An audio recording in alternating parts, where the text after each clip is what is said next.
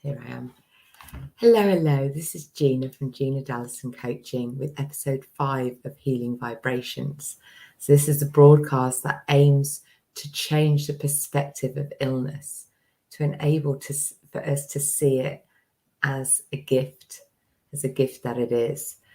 And this evening, I have sharing with you another interview with Allyson Brown, who is another lady who is living with multiple sclerosis.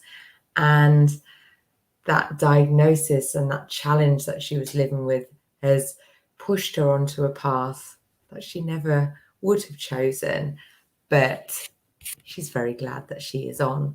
A bit like myself in that way, that actually, because of our illness, it has forced us to look at things in a very different way. And Allyson has found a lot of the answers to her challenges through diet. And she now has a diet program and a company called Everheal. And she is running a free workshop tomorrow. It's Australian time, so it's a little bit, I think it's the middle of the night for me. But the 3 secrets to fix brain fog. So if brain fog is one of the things that you are challenged with, then it might be worth checking out Allyson's free resource that'll be going on in the next day or so. It's tomorrow. I will share the link in Facebook, but her company is called Everheal. So if you look her up, and it's Allyson Brown, which is ALLYSON. And this week we are talking about beliefs. Now, Healing Vibrations is my program that I run to help people recognize that there is a lot that you can do to help yourself. So if you've been diagnosed with a long-term illness or something that is described as incurable, that you've got to live with for the rest of your life, then you possibly have been told that there's nothing that you can do about it. But I know that's not true, because I found 33 areas that we do have control over that can directly affect our health and how we live. One of those is diet, which Allyson focuses on. And one of them is our beliefs. So our belief and what we believe is possible, excuse me, what we believe is possible. And what we believe is impossible is impossible. There's a great quote. Henry Ford, I think, was the original person who said it, but I think lots of people have said it since. Whether you think that you can or you think that you can't, you're actually right. So what we believe has a definite correlation to what our reality is. And I will share with you the interview where Allyson and I discussed this in a bit more depth. And if anything that we say sort of triggers you, or you just do not agree with, then please reach out and have a conversation, because this is really important stuff. And I believe that we can affect our lives with what we believe. I think what we believe is really, really important, and it is worth considering and thinking about. And it's something that I never really thought about until I began my coaching journey and started looking inwards for answers and really looking at what I believed. So I'll share with you the interview now, and you can see what you think. And if you have any questions, queries, comments, or anything else, then feel free to get in touch with me, Gina Allyson, and you can join my Facebook group. Yeah, let me share my thing with you. Where is it? There we are. So you can join the Facebook group, Managing MS Naturally, where you'll find a bit more about what is going on. I will now share with you the interview with Allyson. Enjoy.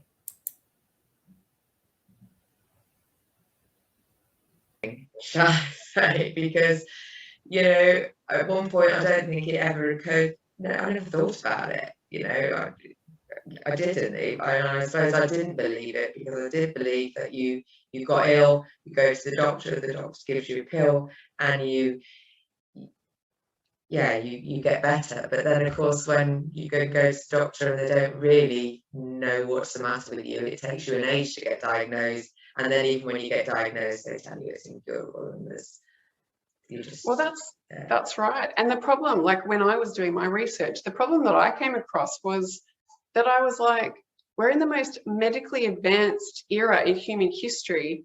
How come there aren't pills out there that are curing people, like preventing disease? That doesn't make sense to me, because we're like, it's the most advanced era. Like, we should know these things, right? So the problem was that you know, the disease rate is actually just increasing and increasing, and some autoimmune diseases have risen by like 300% over the last 50 years. Crazy. It's just crazy. But we're not getting people cured. Like, there's still the same number of people or more that are just getting sicker and sicker and sicker and sicker. And so these pills, it's just masking some of the symptoms. It's not fixing our health. We have to look deeper at that and look for that root cause. Yeah, and it's unfortunate because that's society. That's exactly what we get told. That's how we get sort of conditioned, so to speak. And I think, like, I feel like sometimes it's a bit of like being in the Matrix, where all of a sudden, like, I've been set free and I can see that it's, you know, this all sort of control factor, and now that I'm free, I can really see it for what it is. But we don't think about it. We just don't think about it like that. Yeah, which is sad. I'd really love to have people be released from their sort of their limiting beliefs, their limiting thoughts as well, and be open to exactly what you're talking about, like self-healing. And I think world. Well, yeah, and I think if you can. And I think that's probably the message that the underlying thing that has come up for me is actually we can heal ourselves. And whether you believe that you can or believe you can't, there's that Henry Ford quote, isn't there? If you think that you can, you think that you can't, that you're right. And it's like, well, what would I like to believe? I'd like to believe that actually we do have the power to heal ourselves. And actually that makes me feel better. That makes me feel like I want to get up in the morning and search and research.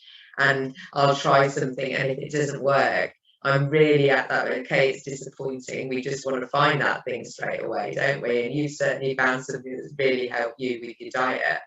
Yeah, I've gone down that route and it hasn't helped the symptoms that I had, but nobody's the same, are they? Everyone's got different symptoms. But it's, you know, was it a waste of time? No, of course not. Because I think your diet is, even if it hasn't made a massive difference to my symptoms, the fact that my diet is now a lot cleaner than it was, and a lot, you know, it gives you that fundamental thing. Your diet is such a key thing to as a foundation, I think, isn't it? And it's such a tangible thing that we can all change quite easily. That's right. And I think about it, like, the simplest term that I can think about it in now is like a car. Like, if our body is a car, we are in society, for the most part, we're putting different types of fuel into our car. We used to be putting healthy fuel, which is like, you know, fruits and natural things from the earth. We used to be putting good fuel in. But now we're actually putting like processed foods and sugar and lots of junk foods and all that stuff in. So your body gets confused because it goes, I don't know what that is. That's not food. This was food. This was food, but this isn't. And it's like putting the wrong fuel into your car. So you wouldn't put diesel fuel into an unleaded car and expect it to work. Would you? Like, you just wouldn't, because that's impossible. Like, that car is needing that particular fuel to function. So when we've got, say, mitochondrial dysfunction, where the little organelles that produce our energy, let's say, when they stop working, and you get people that are just fatigued all of the time, I sort of think about it like the car now, and I'm like, well, for me personally, I was putting the wrong fuel into my car, into my body, and it wasn't working. And it's because I was actually doing the wrong thing. And when I fixed it, when I fixed my diet, lo and behold, Wow. my energy starts coming back. And I just think that, we just don't think about it like that. We just think, oh, it's just food. Like, how could food do anything? It's just food. But I'm like, well, it's actually the building blocks of every reaction, every fundamental reaction in our body. And, if we're putting the wrong stuff in there, well, guess what? It's not actually going to work properly. We're not going to work very well, are we? And I think, the way the food industry has taken over, and, the advertising and the way they stick sugars and additives and everything, it's like, it does not help. So to bring that back to basics, and if you've been brought up on processed food, which chances are, a lot of people have, maybe not. I think when I was a kid, we were still in a meat and two veg, and my mum was probably doing a lot of home cooking. But then my mum was a stay-at-home mum, and most people's parents now aren't stay-at-home mums, and we choose ease and we choose convenience because, of course, we're juggling lots of different things, and we haven't got time to prep and do all those things, or we think we haven't. Yeah, that's right. And I think, it's a matter of priority, isn't it? But we don't put a lot of priority on our food. We're like, oh, well, it's like sleep. Oh, well, we just have to go and do nothing for a bit. But I've got a big day tomorrow. I really can't be affording to have sleep, even though it's a really fundamental function of our bodies. We just don't put a priority on it until we get sick. Yeah. Which is where the warning signs are up and saying, help, your body's actually screaming out. When you get diagnosed with an autoimmune disease or cancer or any chronic illness, it's your body actually screaming out, you've got to change something. I am not coping now. Yeah, so it's a big thing to take on. But if you listen to your body, it's telling you some pretty big things. Well, this is it. And if we're more in tune with our body, we would have listened earlier. It wouldn't have to be a massive great diagnosis that changes your life.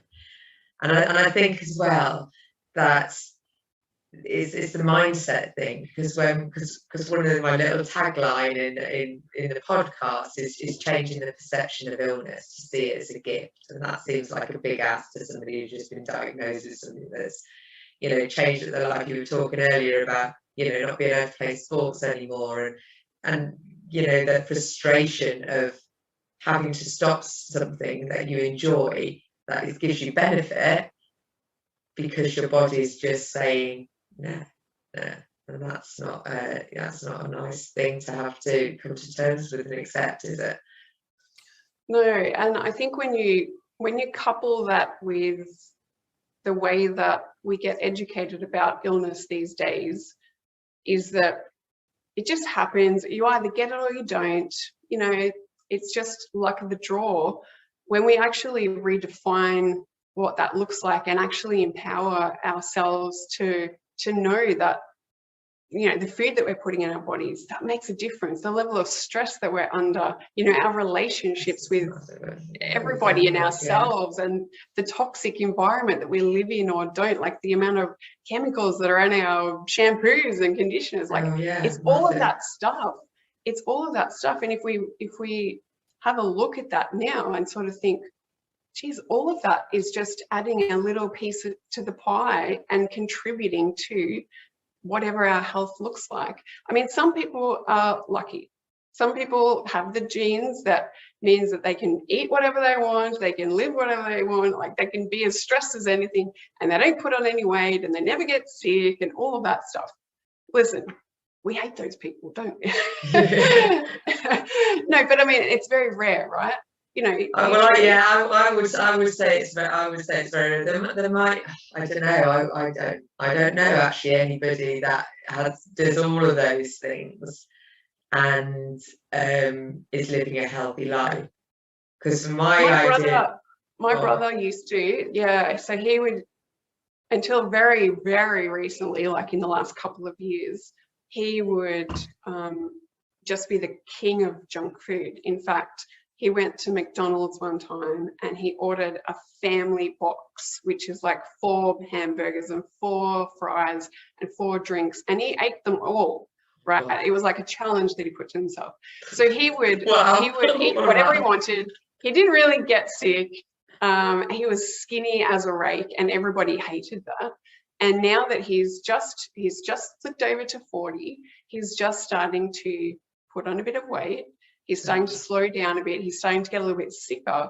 And, you know, it's his body's warning signs saying, if you don't stop this, you know, this is it's gonna end badly. But yeah, I do hope that he starts to pay attention to his body, because you know, it's giving him signals up a little bit. And I'm trying to teach the kids that, because I've got teenage boys who now think it's, you know, we can Deliveroo everything, and trying to get them to, you know, to eat healthier, even though, you know, I thought I was pretty good as a you know, a mum when they were little, and I did do a lot of home cooking, and I did, you know, do all the things when we were weaning them onto their mushed up vegetables. But so somewhere in the mix of all that, then I think it's just, let's society's an influence, right? You know, everything. Takeaway food tastes good, doesn't it? They, you know, I know. You know, your pizzas and your hamburgers and your fish and chips and all that stuff. You know, let's face it, it does taste good, and it's easy. Addicted to sugar and junk food for 30 years. Yeah, definitely. So I think it's educating our, you know, from a conscious level, but it's also recognizing those beliefs that we've, you know, kept on to, isn't it, and changing them, but also changing our taste buds, you know, persuading our taste buds that actually this stuff is better. And I must say, I have retrained my taste buds. I do have the odd thing of fish and chips, but not much, you know, not much else. And I just prefer, you know, a healthy salad to hamburger. That's just me. I know. It's really funny though. And I know, I think we talked about this one other time about, you know, the fact that your taste buds do change with age. I do believe that too. But I was addicted to junk food and sugar for so many years. And so, you know, I didn't love the idea of eating vegetables that much. Like, I mean, I would eat them, but they didn't excite me at all. And the idea of ordering something like a salad when I went out for dinner, oh my God, I was like, why would I do that if I could order a pie and chips? Like, honestly, there's just no way. But now I absolutely love my veggies. Like, I've got a bunch of them roasting. I know that we're in 2 different time zones, but I'm preparing dinner at the moment as well. That's my favorite. Yeah, and I'm just preparing all these vegetables, which I love the idea that it nourishes my microbiome. So this is looking after my gut health and it keeps my body happy and healthy and everything. But I actually love the taste of them now too. I just can't get enough. It's crazy. And I feel like it's a complete chalk and cheese. Like, I used to just be like, if I have to eat them, I will. And now I'm like, oh my God, give it to me. Like, I just love it. So strange, but it's not a bad thing. It's not a bad thing. Well, yeah, and I think it's just changing our perceptions, isn't it?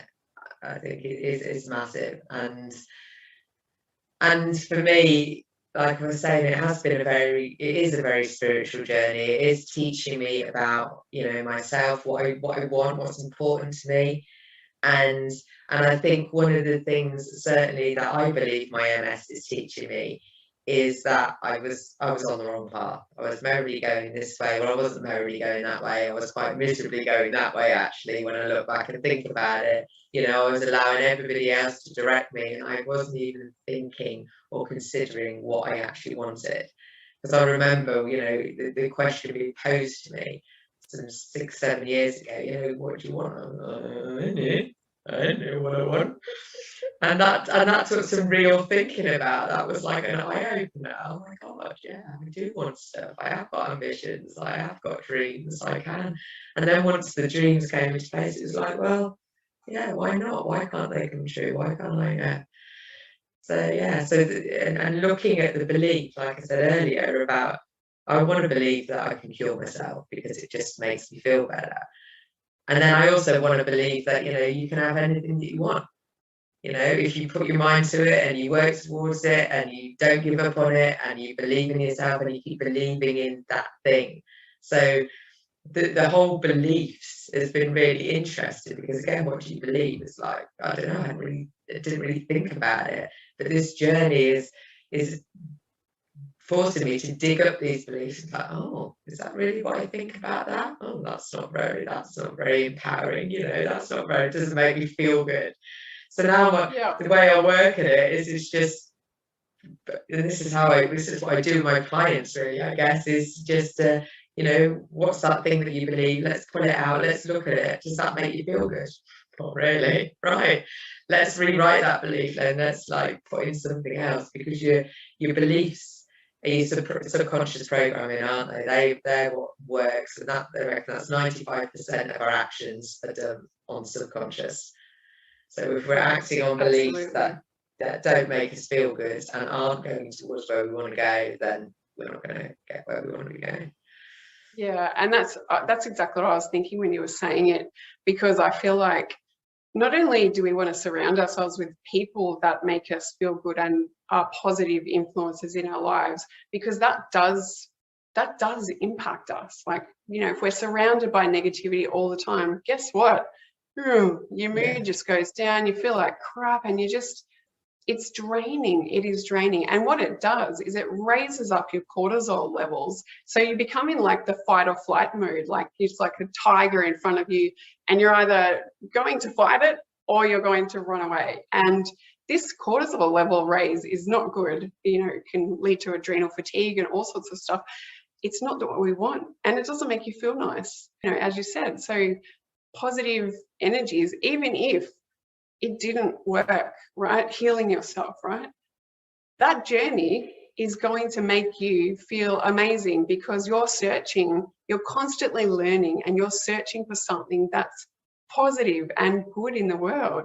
This is amazing. This is a great thing. And I feel like, yeah, we need to put a little bit more emphasis on, how we treat ourselves, how we treat other people, how we feel with our thoughts when we're alone. Are they good thoughts or bad thoughts? It can really make a big difference. And I think that, as you say, it's great empowerment when you're actually like, yeah, I'm on a mission now. And what better mission than getting yourself feeling as healthy as you can? Well, yeah, and actually, then you can show to everybody else. I mean, looking at you, looking how vibrant you are, and how you wouldn't think that there's anything wrong with you, that you've got an incurable disease that you're never going to get better from, because you're getting better. You're showing under, actually, by making these little changes, and as we learn more, and as we we can show, because every day is a learning day, isn't it? Oh God, I never thought of changing that. I never thought I'm doing some breathing. I was telling you earlier, just practicing breathing on a more regular basis. And I talk about breathing a lot as a mindful exercise, but I've sort of upped my game with it really, and seeing what a difference that makes. And we all breathe, but actually, how many of us really breathe properly and really fill up our whole body, and allow us to notice what that feels inside us. And I notice myself, I'm getting better. I can actually hold my breath for longer, and then so it's like everything's like, wow, it's we can start experimenting with this stuff. And I like what you said as well about the people that surround you, because you actually run your program as a group, and that's what I've started doing as well, because it's that idea of putting people together that are on the same journey, that are going to support each other when you're feeling low, and who are going to celebrate your wins, doesn't matter how small the wins are, because they know that actually the fact that you had a whole day where you've eaten really good stuff could have been a real challenge, where you haven't dipped into the biscuit tin, or whatever it is, whatever your Achilles heel is that you want to go to, that you've done a whole day without it, is a massive thing. and it is worth celebrating, and that's one day, and then you do the next day, and before you know it, a month's gone past, and you've changed your habit. And you can do that by the support of others, which is why we do what we do, really, isn't it, with the coaching, because to make changes that are fundamentally ingrained in us, like diet, you think it should be easy. I'll just change my diet. Yeah, but how many times has anybody tried to change their diet? Whether it's to lose weight. I've only got two hands. I've only got two hands. Yeah. Yeah, I know. It's impossible, isn't it? And especially when you're looking at things like sugar, obviously one of the biggest addictive drugs out there, and it's in everything. In fact, I just did I got an email the other day from one of our chain supermarkets, and it said, "Oh, we're really pleased to tell you that we're promoting healthy eating. So we have removed 269 tons of sugar out of our food over the last 4 years." And I was like, "What? 269 tons of sugar out of their food?" And that was something that they were open to sharing, obviously. And they've probably still got sugar in them. I know, that's the thing, isn't it? But it made me sort of realize that they're actually telling us that that's how much sugar is actually in the food that we haven't ever thought about. But we just need to open our eyes to it, that it's real. Just check the back of a label on any food in your pantry, packet, and see whether you can read half of the chemical names on there. Well, this is it, and even our fruit and vegetables have obviously got sugar in themselves anyway. So we're getting natural sugars. We don't need this additive, but they've obviously found over the course of time that actually, it changes the taste and makes people like them. But then we've almost, as a human race, sort of evolved our taste to want more sweet stuff and want more fatty stuff and want more of that. Exactly. Well, I think back in the day, because it tastes good, it does taste good, and that's the amazing lie that we've kind of, that we're living, is that this food, when we think about food and consequences, right? We only think about the only consequence with eating food that's bad for us is weight gain. Yeah. That's the only consequence that we think about. We don't think about, the fact that we get addicted to these new things. We crave these new foods, semi-foods, I suppose, and that it actually changes our biochemistry and causes a lot of illness out there. That's why, we've got rising illness out there, because we just keep eating more and more of this bad food too. And yeah, it's fascinating. Yeah, and when you think of back in our cavemen days, if you like, and I suppose we have evolved to actually, be drawn to sweet stuff, because back in them days we wouldn't have had it very often. How often would you have found like honey, and then it would have been in this really intense, sort of rich, something that would sustain us, but you'd only have maybe once a year. Or when fruits come up, fruits only come up at certain times of the year. So actually, as human beings, we a sweet tooth will be good, because that's like, they would have been nutritious and they would have been helpful for us. And the same with fats as well. We wouldn't have, you wouldn't have had meat all the time. You would have had meat when when the hunters caught them, which was few and far between, really. So I think what the food people have done, have used that like innate part of human beings that needs this type of food, and just taken the mick of it, really, for want of a better word, and used it to exploited us, I guess. But yeah, definitely. And it is sad. Yeah, that's right. And they're just using it against us, but it's at the detriment of our health and well-being, which is what's really sad. I mean, the more people that can be educated just on how bad it's gotten, particularly if they're on the cusp of illness, if they're like, if you're starting to not feel fatigue, and what would you say that people need to look out for, the early signs with regards to?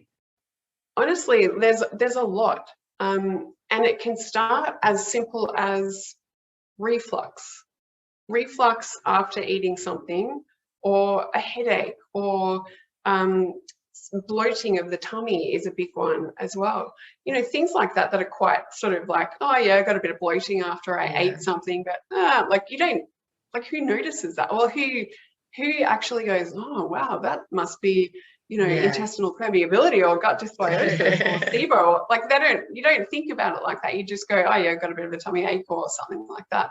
But when you start looking at some of those things, if you ever feel unwell or any little symptoms that come up after eating, particularly straight after eating or shortly thereafter, it's a sign that your body is giving you to go, oh, I wasn't really happy about that. And then obviously you can go to the other extremes when it manifests into, you know, something chronic illness related. But those little warning signs, even just excessive, you know, belching after food or whatever, it's a sign. Yeah, it's a sign.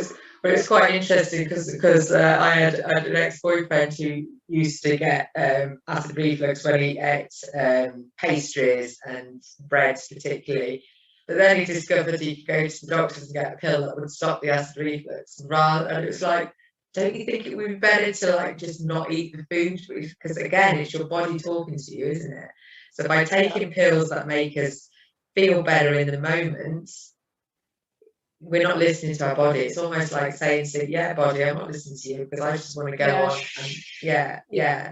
And it's this, and I guess that's what I've been learning over this last 5-6 years, is the connection with our bodies and actually taking time to listen and to heed what it's trying to say and to work in partnership. And giving it some credit. I guess I used to always think that I just got given, you know, a broken body, you know, that I was just unlucky. I just got given a broken body and that's just what I had to deal with. And when you sort of have that, I guess I would call it sort of like a victim mentality, really. It didn't empower me to do anything about it. And I just think, that's right. And it's hard to get out of that state of mind when you know that the solution that's offered is just go to the doctor, get a pill, boom. Like, you know, you don't think to actually go, but why am I getting that? The doctors will just go, don't worry about that. Just here, take these pills for the rest of your life and you'll be fine. It's just, we've got a bit backwards, I think. And you were talking earlier as well about stress, and I think this, you know, we have so much stress in our lives now that's like, you know, it is chronic and it's there all the time, and our bodies don't get a chance to chill out and to relax, and that's not a good thing, because when we're in our fight or flight that you talked about, then the energy is not in our autoimmune system and it's not in our central nervous system, it's not calming us down and it's not allowing our bodies to heal and repair, which is and I think one of the big things that I've learned, and it relates to kind of everything that we've spoken about today, is what I feel now is control. And that's something that I never thought I would ever get back. When I got diagnosed and it was like, well, this is out of your control, here's medication. You know, I didn't, it just happened to me. There was no still, please. You should have still for me, please. You should have still for me, please. Sorry.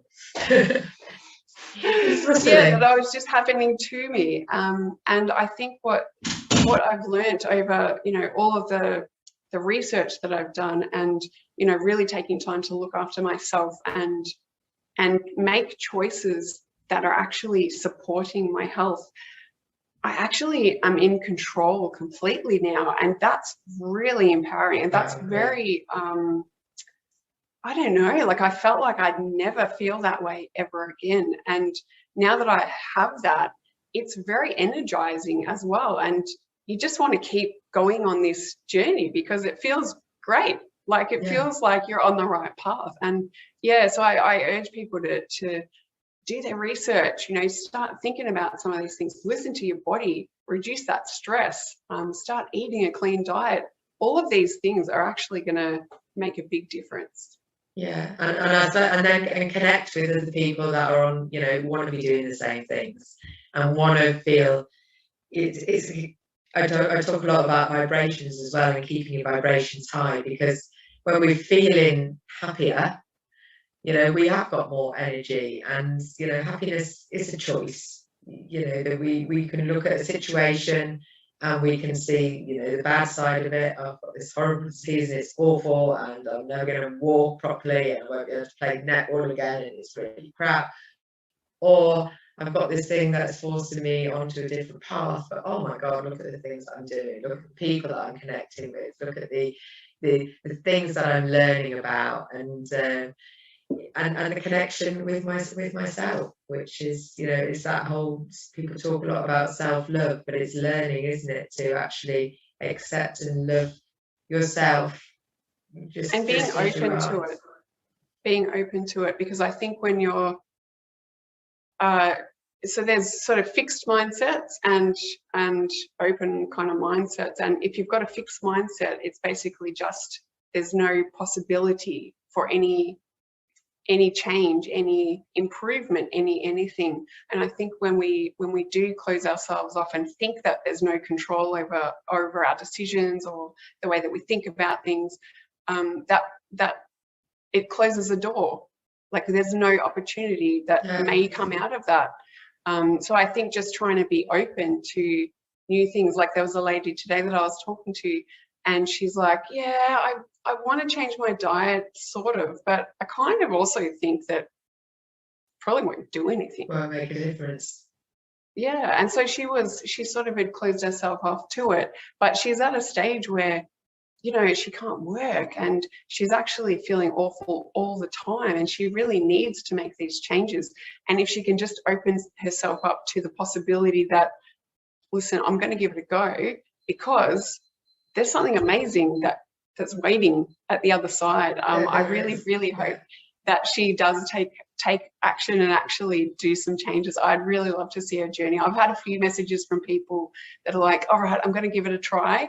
And I just can't wait to hear how they go, because I think I'm going to get some messages a couple of months down the track that are going to be like, oh my God, Allyson, I made some changes and it's so good. I feel so much better. And I don't know, it just warms my heart.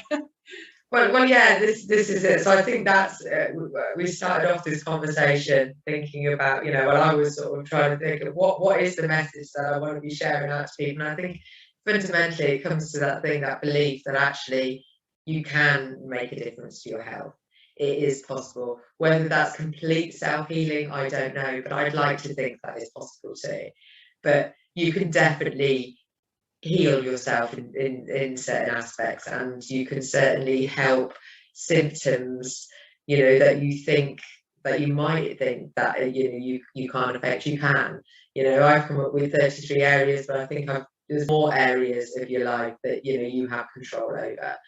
And so I guess if anybody's wanted to know more about how to change your diet, which is it's a basic, it's a fundamental. I think if you can get your diet there as a foundation, it sort of helps builds on everything else. I mean, if you're, you know, I've heard people change their diet. I worked with a lady who had bipolar, and that the diet massively, you know, she no longer had it, she's no longer got it. So, you know, something that honestly, she was, it's everything, like PTSD, osteoporosis, cancer, like the list goes on and on. When you actually look into it and start researching and finding people that have done this, like, it's every chronic illness that you could ever possibly imagine.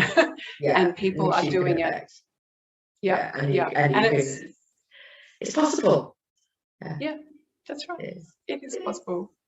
Oh, thank you so much. I think we've got, I'm definitely going to, I had a real block over editing videos, so I'm going to have a play. I've left it on here on purpose, so I'm going to have to play and cut the end.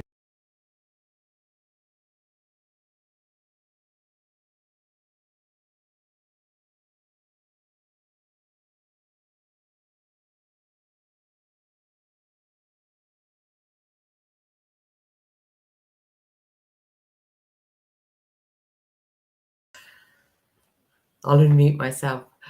So as you can see, I haven't quite got the video editing sorted out yet, but I think that conversation, I've just re-listened to it again, that conversation with Allyson, and it really is empowering to know that there are lots of things that we do have control over. And it might be easier to give our power away and to feel like this thing has happened to me and there's nothing that I can do about it. But I would really, really, if that's how you're feeling right now, I would really encourage you to just start opening your eyes a little bit to what could be possible, because there are plenty of people out there who are living symptom free without having to take a myriad of drugs. I know that it's possible. I'm not doing it yet, but I'm working towards it, and I'm enjoying myself working towards it. Every time that I can feel myself slipping into the poor me thing, I make a conscious decision not to. Looking at my beliefs has been such an amazing change for me. And it's something that I just didn't know. 95% of our habits and our choices are made using our subconscious programming. And our subconscious programming is created from what we believe. And our beliefs are made up of our experiences, our lives, the people that are surrounding us, the society that we're living in. And what is a belief anyway? What is a belief? You know, when you think about beliefs and what they are, you can have two people standing there with totally opposing beliefs. Which person is right? Well, they think they're right, and they think they're right. And there's probably people in the middle that have got different beliefs as well. So your beliefs are right for you. And if your beliefs aren't giving you what you want and are not making you happy, then you can change your beliefs. And if you want some help doing that, then speak to a coach. And that's what I do with my coaching. I help people look at their beliefs. We follow a process. If you want to make some changes, you know, your habits aren't serving you well, you want to change your diet, as we talked about in the interview. Making changes is not easy, and our choices that we make around food are very ingrained. You know, the habits, the easiness, the emotional ties that we have to food. You know, the fact that like the chocolate cookies remind us of happy times sitting with grandma around by the fire, or sharing fun with your brothers and sisters or your friends, eating sweets. You know, marshmallows on the end of sticks. I mean, marshmallows have got to be the most sugar fueled anything, but they might give us that nice feel good feeling. But it's possible to get that without the food. And once we recognize, oh my God, that's where that's come from. And what actually do I want from that? And it can be very easy just to reach for the thing that we've always reached for, that crutch. So we talked a couple of things on there that are in my 33 areas. Obviously, there's diet, nutrition. Sleep is another area that we do have control over. You may not feel like it sometimes, but there is a lot we can do to affect our sleep. Our stress levels, and sleep and diet, they're all interlinked. All the 33 areas are interlinked. Then relationships, what are your relationships like? And that might be an intimate relationship, or it might be a relationship with your children, or your parents, or your colleagues, or your friends. So we've got a lot of everything in life is a relationship. We've got a relationship with ourselves. How much love do we give ourselves? What is our self-talk like? And then we also talked in the interview about toxin levels. You know, in this day and age, when we're living in busy and busier places, and we've got more chemicals on things to clean things and to kill things off, kill off bacteria. That's giving us more toxins into our bodies. And it was described to me one time that our bodies are a bit like a toxin bucket. So our bodies are amazing. They can keep us going even when we don't actually treat them very well, even if we don't fuel them with the right fuel, even if we don't treat them as well as we could, even where we do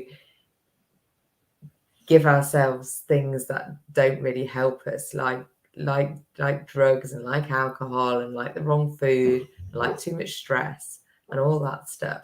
But our body's still going. We're still here. We're still going. So if you have any sorry, the dog's dreaming. If you have any little symptoms that you're noticing already, as Allyson said in the interview, start taking heed, start noticing.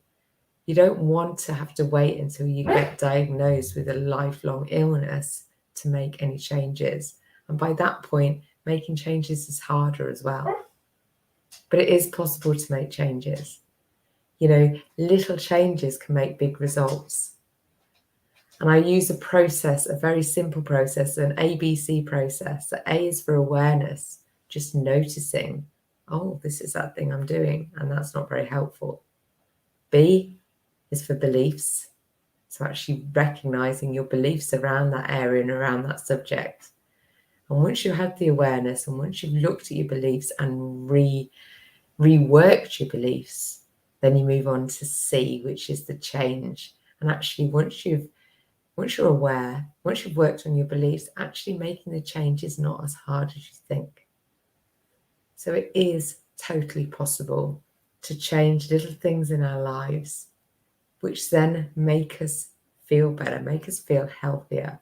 And when we start making these changes, then we feel empowered. It is exciting to recognize, oh, I don't have to live with this annoying ache or this annoying pain or this annoying reflux I get from eating a certain thing. I can actually start listening to my body. And I so wish that is something that we're taught more. I wish when we go to our doctor encourages us to listen to our body rather than just giving us a pill, which really masks the symptom a lot of the time. And a lot of the meds that we take, you know, how many people actually read the small print of the medications when you're taking it? You know, if you were to read the small print and actually take that on board, you probably wouldn't take it at all. But we give our power to our doctors, and our doctors don't encourage us to listen to our bodies. So this whole broadcast really is around encouraging people to start listening to your bodies. You don't have to wait until you've got a big scary illness. You can listen, you can get in tune and start listening to the small little signs that it's trying to tell us. And one of the ways that we can do that is through meditation. So I like to end this broadcast with a meditation where we can get in tune with our body. So I'm going to talk you through a short body scan now. And this is something that you can do before you go to bed at night as you're lying down. And it will actually be a very calming thing to do if you're struggling with sleep. So it will help you sleep. You can do it first thing in the morning when you first wake up and feel in that place of gratitude for being alive and waking up in a nice warm bed. And you can just do it at certain times of the day. So how do we do a body scan? We get ourselves sitting nice and comfortable. So if you'd like to join me now, if it's safe to do so, sit and lie where you are. Take a nice big deep breath in and really notice how that breath expands in your body. Imagine your lungs filling right up like a balloon. Hold it for a second or two, and then slowly release the breath. And as you release the breath, pull your stomach in and notice how that feels. Now, if you'd like to close your eyes and rest your hands gently on your lap, take another big deep breath in. And then just allow your breath to move naturally through your body. Just notice what it's doing. There's no judgment, you're just noticing. And if we start from the top of your head, bring your awareness and imagine your awareness is a bright, beautiful light. As you close your eyes and imagine this bright, beautiful light just scanning down from the top of your head through your body. Bring your awareness to your head and notice how that feels. How do your eyes feel? Can you see anything behind your closed eyelids? What can you hear?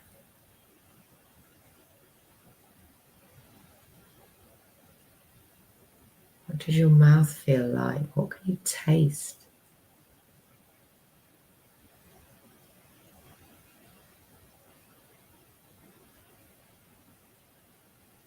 Where is your tongue sitting in your mouth? How is your throat feeling? How do your shoulders feel? Are they relaxed or are they tense? You might want to give them a wiggle and notice just by moving them. Does that feel better?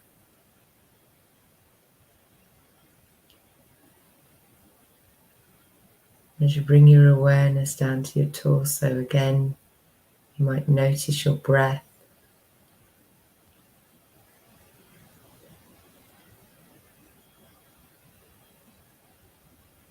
Bring your awareness to your heart area. And if you sit really quiet, you can actually hear and feel your heart beating.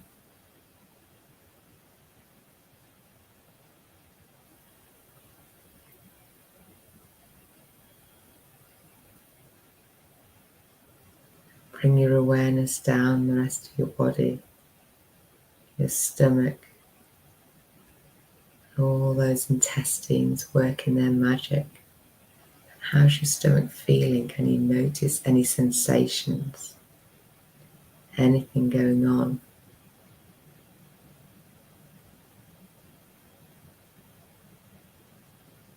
And then bring your awareness down to your bottom area and notice how you can feel the chair underneath you or the settee. And as you bring your awareness down your thighs, notice how they relax. How do the back of your legs feel compared to the front? Bring your awareness down to your knees. Notice the back and the top of your knees. Are they warm? Are they cold? Notice any energy going there. You're tingling. And then bring your awareness down your calves and your shins, your ankles.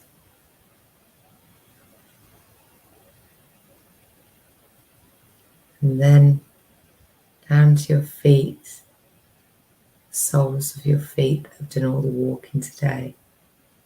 Send your feet some love. I always like to send my feet some love because they work hard. And then bring your awareness to each individual toe. You might want to go from your left foot to your right foot, from your little toe to your big toe, or vice versa.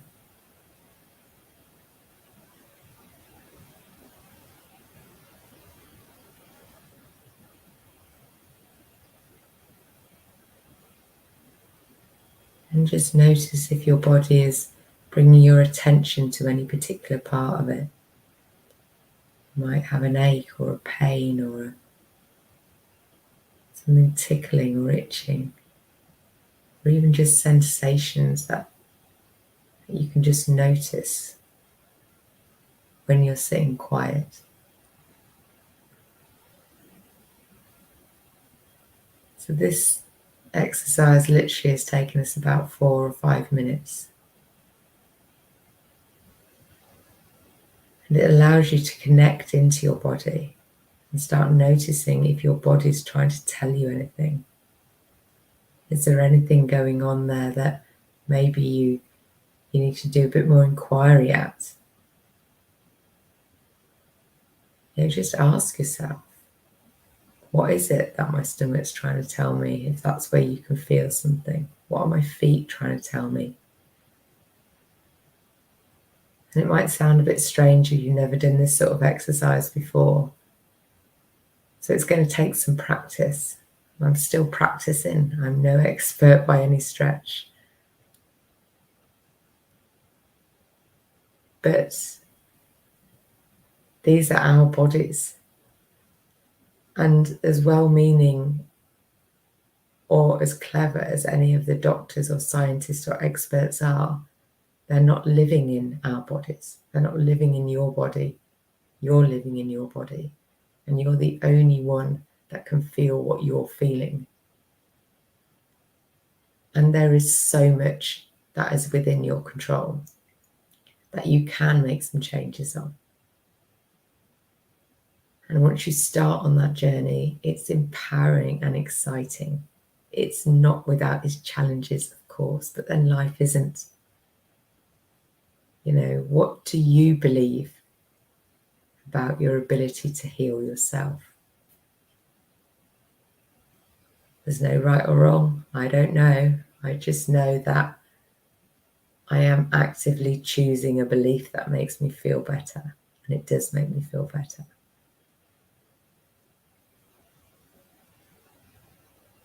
So if you would like some help with anything, then get in touch. If you just want to comment or tell me that you think I'm talking rubbish, then please do. Always open to having discussions around this because it is so important and it is totally life-changing. Once you can get your head around that actually you can believe whatever you want, then you can believe whatever you want. So enjoy the rest of your week and weekend. I look forward to seeing you next week. I haven't got a plan for next week yet. I'm still working on this whole planning process, but there will be something else interesting to talk about with regarding to the idea of healing vibrations. And that is about changing the perspective of illness, to see it as a gift, and also to work with the vibrations within us to keep us as happy as possible. So if you've got any ideas or anything you would like me to cover, then let me know. And in the meantime, have a beautiful rest of Thursday. I'll see you soon.